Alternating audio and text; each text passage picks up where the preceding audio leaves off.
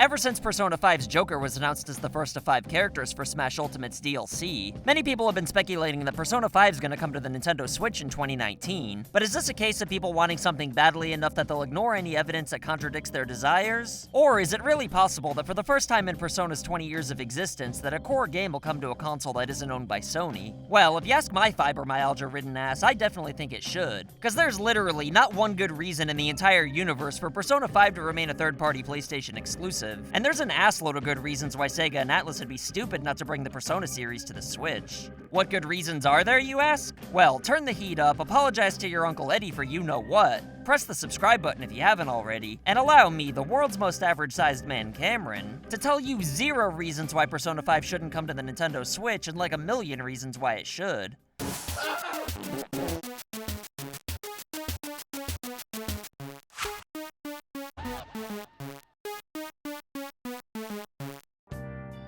Given the fact that I cover a lot of Nintendo content on this channel, it's only natural that I'm accused of being a Nintendo fan man with a small winky from time to time, especially when most of my favorite games of all time happen to be exclusive to Nintendo consoles. However, after years of procrastinating, I finally got around to playing Persona 4 in 2018, and it quickly beat Jurassic Park on the Samsung VCR to become my favorite game of all time. That is until I finished Persona 5 a few months later anyway, which then became my new favorite game ever. And thanks to my 2 favorite games of all time being PlayStation exclusives, I was finally able to put all those lawsuits where people sued me for being a Nintendo fan man to bed, which you can sue somebody for apparently. However, now that there's heavy implications of Persona 5 coming to the Switch, with Joker being in Smash Ultimate and Morgana seducing Masahiro Sakurai, my Nintendo fan man alibi is in danger of being revoked. But even though I'm liable to face financial ruin if that happens, I'm more excited about the possibility of Personas 5 and 1 through 4 while we're at it coming to the Nintendo Switch. And I think Atlus would be dumber than your Uncle Eddie to not make that happen. I mean, the Persona series has been exclusive to Sony for over 20 years, so it would be a much bigger deal than even Final Fantasy games coming to the PS1. And I'm gonna try not to get too carried away over trademarks, since getting our hopes up on the internet hasn't exactly been working out for us lately. After all, trademarks can lead to nothing fairly often. But no matter how I spin it, I just can't see what's really in it for Atlus and third parties in general to keep games exclusive to one platform anymore, aside from money for a timed exclusive, I guess. But I highly doubt Sony paid Atlus even close to the amount of money that they'd make by taking Persona to other consoles. And it seems like more and more companies have been realizing that they can make more money by spreading their games across as many platforms as possible, provided that said platforms can run the games in question anyway. And as far as Persona 5's concerned, if it can run on the PS3, then there should be no issues whatsoever with it running on the Switch. But as far as Persona's exclusivity goes, it is worth remembering that it's actually a spin-off to the Shin Megami Tensei series. And aside from the third game, that's always been exclusive to Nintendo, with Shin Megami Tensei 5 currently being in development for the Switch. Plus, as you probably already know, there's also the Persona Q series, which is a spin-off of a spin-off, oddly enough, that's also exclusive to Nintendo. So it really wouldn't be that crazy for the mainline Persona games to come to the Nintendo Switch, since it'd just make Atlus way more money. I mean, with the PlayStations 1 and 2 being on top of the world by way more than an ass hair, it makes perfect sense why Personas 1 through 4 were exclusive to Sony.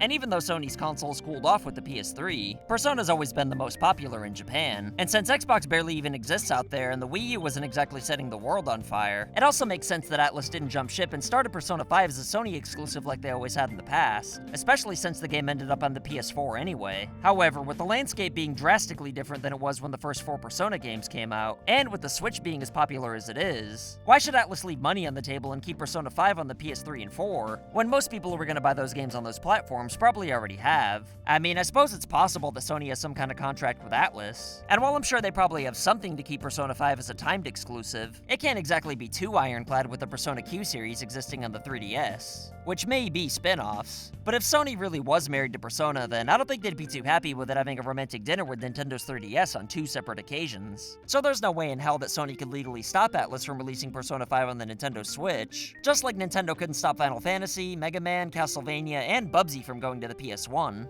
And for the Nintendo fan man accusers out there who are calling their lawyers up right now to sue my ass into oblivion, I'm not saying that I want Persona to be exclusive to Nintendo. I'm just saying that it's win-win for Atlus, Nintendo, and most importantly the fans for Persona 5 and the rest of the series to come to the Switch. Cause you can't tell me that Persona 5 and Persona 4 Golden wouldn't sell out the ass on the Switch, since just about every game seems to do that anyway. Plus, in addition to existing Persona fans who own a Switch, it'd give a lot of people the chance to check Persona games out for the first time. time. And it's not like the people who already bought Persona 5 would be forced to buy it again. In fact, I'm sure there's many others out there like myself who'd happily buy the game one more time on the Switch, especially if it had the rumored added features like Persona 4 Golden had on the Vita, which I'd much prefer over DLC, although you could still have DLC for people who already bought the game. Or at the very least, they could just release the supposed Persona 5 Reloaded on Sony and even Microsoft consoles as well. I just hope that with Persona 5 currently being 19.5 gigabytes, that Atlus will use the game cards that are 32 gigabytes if it actually does come to the Switch, because I want the full goddamn game on the cartridge even if I do have to pay a Switch tax. But that's just me. Either way, they need to let Persona 5 run wild instead of trying to tie it down to one platform just for the sake of tradition, because pretty much everybody wants it on the Nintendo Switch. Sega and Atlus have a good relationship with Nintendo, more people are gonna buy it, everything sells better on the Switch anyway, especially with the Smash Ultimate buzz. And at the risk of sealing my fate as a Nintendo fan adult, I think Persona just kinda fits Nintendo a little more than it does Sony in 2019. And I know I can't be the only one that thinks that, because when I think of Sony exclusives, I think of interactive blockbuster movies, which is one of the things I like most about PlayStation. But if you wiped my mind and showed me Persona 5, I'd guess it's a Nintendo thing before I did Sony, especially if you showed me the dancing games, which could also use the sales boost from the Switch as well. But don't get me wrong though, the biggest issue with Persona 5 on the Switch would be that the battle system isn't going to look nearly as cool as the PS4, thanks to the Switch's controllers having generic colorless buttons. But that dilemma could easily be remedied with a Persona 5 Pro controller with colored buttons. Boom, I just made Nintendo and Atlus a few $1 million in Pro controller sales. And don't even get me started on amiibos for the Phantom Thieves, or even C's and the investigation team from Personas 3 and 4. But maybe I'm just getting ahead of myself like the rest of the internet. After all, when you want something really bad, your brain will ignore facts and twist whatever it has to support your theories. But even aside from these registered trademarks being a pretty good indication, there is the whole Joker being added to Smash Ultimate thing, which to me was a bigger deal for the Video Game Awards than a Metroid Prime 4 trailer would have been. And even though I initially thought Joker being in Smash Ultimate was more so to promote Persona Q2, I've been starting to change my tune on that since that game was already out in Japan at the time of the reveal, and it didn't really need any extra grease in the fire. Plus, the trailer did say Smash Ultimate crossed Persona 5 instead of Persona Q2. Although to be fair, that'd have been really stupid to put, even if Persona 5 really isn't coming to the Switch. But aside from the trademarks, 3DS spin-off, Nintendo's relationship with Atlus, and the Smash Ultimate crossover, Sakurai's been hyping Persona 5 up a little too much lately for the game to really remain as a PlayStation exclusive. And I know Sakurai just does whatever he wants, and I'm pretty sure he doesn't officially work for Nintendo or HAL, but his visit to Atlus with Kirby and Morgana sitting next to each other just screams more than Smash Ultimate research, which I really do hope ends up being the case, because Persona 5 on the Nintendo Switch would be the second most awesome thing in the world, with the first coolest thing in the world clearly being the badasses who support this channel on Patreon for loot boxes and Polaroids in the mail, as well as the legends who picked our coffee mugs and t-shirts up in our online store.